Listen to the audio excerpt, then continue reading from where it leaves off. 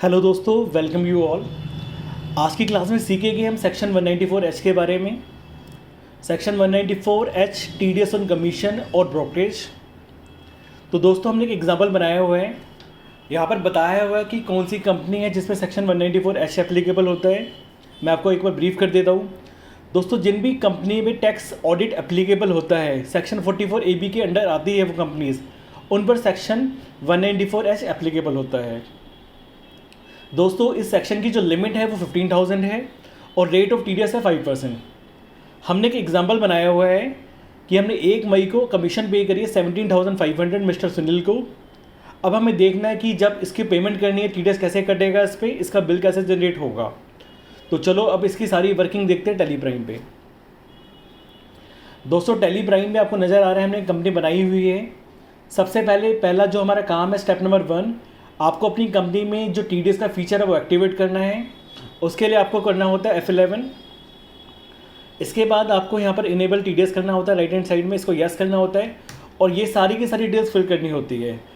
Detail ये क्या होता है मैंने आपको पहले बताया हुआ है इससे पहले वाली वीडियो में, टीडीएस ऑन सैलरी की वीडियो में। अगर आपने वो देखा ना हो तो वो वीडियो देख लेना, आपको ये समझ में आ जाएगा। अब इसको सेव करते हैं कंट्रोल ए से, यहाँ पर इसको भी कंट्रोल ए से सेव करते हैं और हम वाउचर में जाते हैं।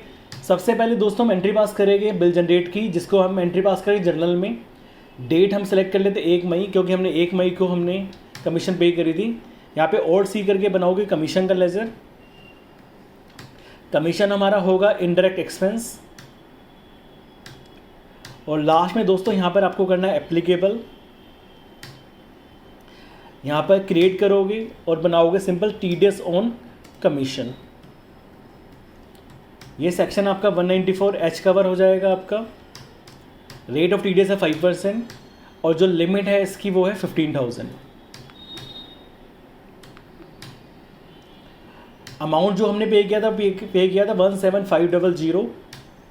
अब किसको पे कर रहे हैं? पे कर रहे हैं मिस्टर सुनील, तो आपने बनाना है लेजर मिस्टर सुनील का। ये होगा क्रेडिटर, क्योंकि इनको पेमेंट करनी है हमें। यहाँ पर टीडीएस को यस करोगे आप याद से, और मिस्टर सुनील है ये हमारे इंडिविजुअल है, रेजिडेंट हो गए। और आपको दोस्तों याद रखना है कि आपको पार्टी का पैन नंबर डिफाइन करना ज़रूरी है। अगर आप पैन नंबर डिफाइन नहीं करोगे तो रेट ऑफ टीडीएस है वो 20% कट जाएगा, तो हमें पैन नंबर लिखना ज़रूरी है। तो अभी हम एज्यूम कर रहे हैं कि हमारा पैन नंबर है सुनील का, ये पैन नंबर है उनका, और इसको सेव कर देते हैं।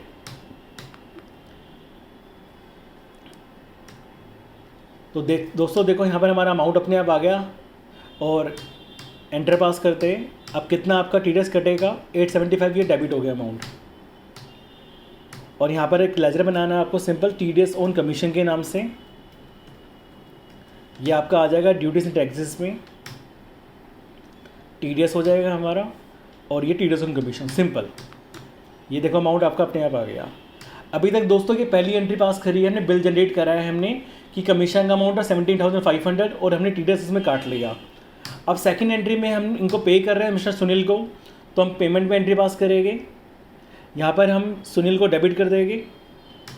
अमाउंट इनको पे करा 16625 और अगेंस्ट रेफरेंस बिल के अगेंस्ट पे कर देंगे इनको।